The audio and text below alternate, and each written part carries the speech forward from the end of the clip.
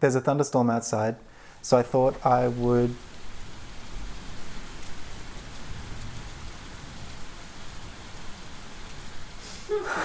there's a thunderstorm happening outside right now, and Adobe just recently released their color grading tools for Adobe Lightroom. I thought today I would just have a look at them and see if I could maybe correct some of the skin tones in some of my recent photos, and maybe that can teach you some little tips. So let's get into it. First photo that I'm going to look at is this photo of my brother's hand. So basically we're going to take it from this, which is kind of a warm, and he looks a little bit unnatural, to that. In my opinion, that looks a lot more realistic, and it takes away that crazy orange cast. But to get there, I couldn't make it perfect like it is now until the color grading options came into play. So I'll just show you what I did. One of the most powerful tools you have in Lightroom for getting correct skin tones is the white balance sliders.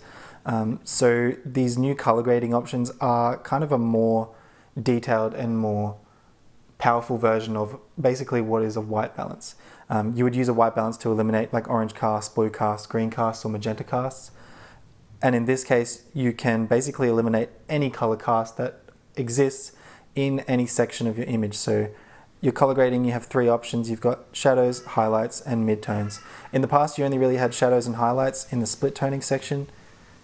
Now you've got your midtones. And I find that the skin tones usually exist mainly in the middle section of your exposure. So the midtone slider is really nice for just adjusting where your skin tones are and nothing else. So you can really add contrast to your skin, eliminate contrast from your skin, or change the colors of the skin pretty reliably.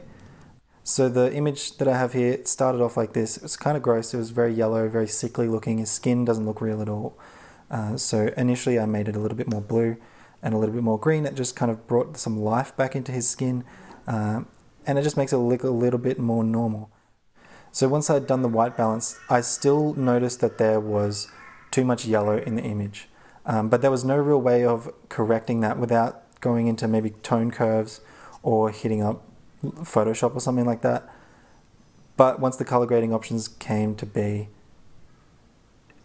I could just make a change like that. So the good thing about the color grading panel is that if you see a color in any section of your image that you don't want in your image, that looks fake and unnatural, all you have to do is look on this circle here and choose the color that's on the opposite side. So in this case, everything looks a little bit yellow. So if I choose blue, it eliminates all that yellow, but it doesn't look blue. Because it was already too yellow, adding a bit of blue just eliminates the yellow and doesn't actually feel like it's adding blue, even though it is. So in this case, I add that little bit of blue and his skin looks much more natural. This other photo here is me eating a bicky. This one was taken by Mila. It's a pretty good photo, but look at it. It's really, really yellow. My skin looks yellow. Maybe it's a bad scan, maybe that's just how film works, but it doesn't look natural. It looks way too warm. So first thing I did was I cooled down the image in my white balance here, took it down to -7 and added a bit of pink, which makes it look more like that, which is a little bit nicer, but still my skin is kind of orange and kind of weird. So then I just went into our color grading section, and again, it was yellow greeny, so I took out that yellow green by adding a bit of blue in the midtones. But then I found that, if you can watch here, the shadow areas kind of looked a bit red, which was a little strange.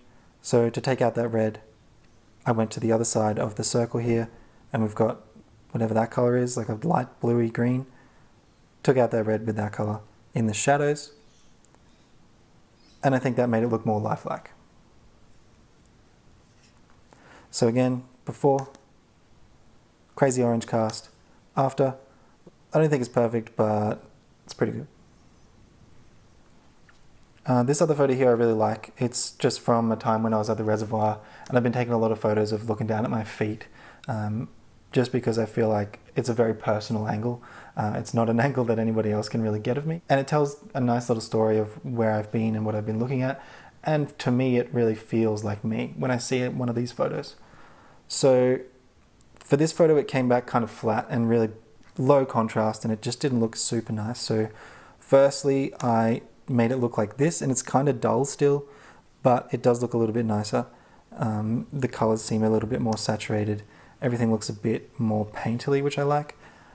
But then I found that my skin was still looking a little bit too bright compared to the other parts of the image. So again, the color grading thing came out. And this is a good example of the idea that you can actually change the luminance of certain parts of your image without changing the luminance of the other parts of your image. So in the past, you could change the luminance of certain colors, which is nice and very accurate. But now with the color grading panel, it's really easy to change the luminance of certain sections of light in your image. So in this one, I found that my feet looked a little bit too bright. So I took the luminance down of the midtones, which is again usually where your skin tones are.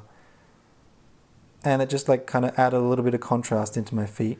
And it made everything look like it was all part of the same scene. This one though, I feel like we probably would benefit from a little bit more exposure. Yeah, I think that looks a little bit better. Okay, another one. This is a nice image, but it came back to me really green. I didn't want this greenness because I knew there was so many other colors in the image that I could just bring out by changing the white balance. So I did that, but this is what it looks like with the color grading on. Without it, it's still got that kind of green cast. So first thing I did in this image is I wanted to eliminate this green cast that's over the whole thing. So I added heaps of magenta, and that just, it moves every single color over to the magenta side, and it brings out the blues and it brings out the reds in the background and just adds that left and right contrast in the image here. But her skin is always going to be really green because it was lit green. So it's not going to be possible to change that. But what we can do, and what I did do in this image, is I brought our shadows down towards a little bit more blue just to increase that contrasting effect. And it kind of made a big difference. So in the color grading panel, if I turn that on, you'll see what it's done. It's just kind of softened her face a little bit and made it look a little bit more natural while still keeping it green. And if you want to watch that, that's if I do all the way. Nothing. Just add a little bit of blue in the shadows. Just makes it look a little bit nicer. And again, before and after on that image. So it just shows basically the power of white balance. And if you think about the color grading panel as a more deep and detailed version of the white balance slider, you're able to easily and quickly fine-tune your colors to exactly how you want them to be. This one's a nice shot I got of Mila from a walk we did with Shoot Film Brisbane. I'll show you some photos at the end of that one, but this one came back a little bit flat and a little bit green. So I wanted to eliminate that green flat feeling. So the first thing I had to do was, of course, change our white balance, add a bit of contrast. I don't really like using the contrast slider to add contrast. I prefer to just pull my shadows and my blacks down. So if you can see, like if you watch this, this is kind of flat, but you pull those shadows down and you pull those blacks down, and suddenly everything looks a little bit deeper, but it doesn't make anything look like weird and sickly like this contrast slider does.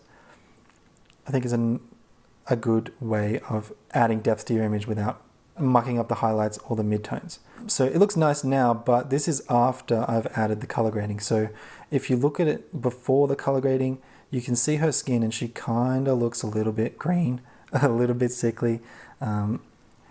It's a little strange. So what I wanted to do was eliminate that once again.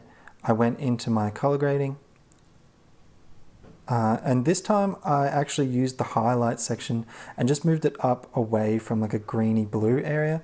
And I'll show you what that looks like. So before and after that. So it was kind of greeny blue on her skin, but I just wanted to add a little bit more life in there. And reds I find add life to your skin tones. So add a bit of red, boom, there you go, she looks nice. Okay, so I hope that gives you a little bit of an insight into what kind of thing you can do with the color grading panel in Lightroom. I'm sure you can do a lot more with it, but for me, when there are skin tones in an image, I find that they're the most important things to get right. When your skins look good, everything else kind of looks good by proxy. Everything I did here today was pretty subtle, but I do think they make a big difference. And I think it's a nice addition to Lightroom that's going to allow everybody to have that much more control over the colors in their final images. Like I said before, now I'm just going to show you some images I shot a couple of weeks ago with Shoot Film Brisbane. These were done on my Mamiya 645. I think I got some bangers, especially that one of the glass. Well, you'll see it, but it's really cool. It's got like lots of different reflections in it of the same tree, but I actually think it's a different tree in the reflections, so pretty nice. Anyway, I'll be back soon with another video. Hope you liked this one. Hope it wasn't too crazy. The storm is gone, but I'll see you next time. Have a good one.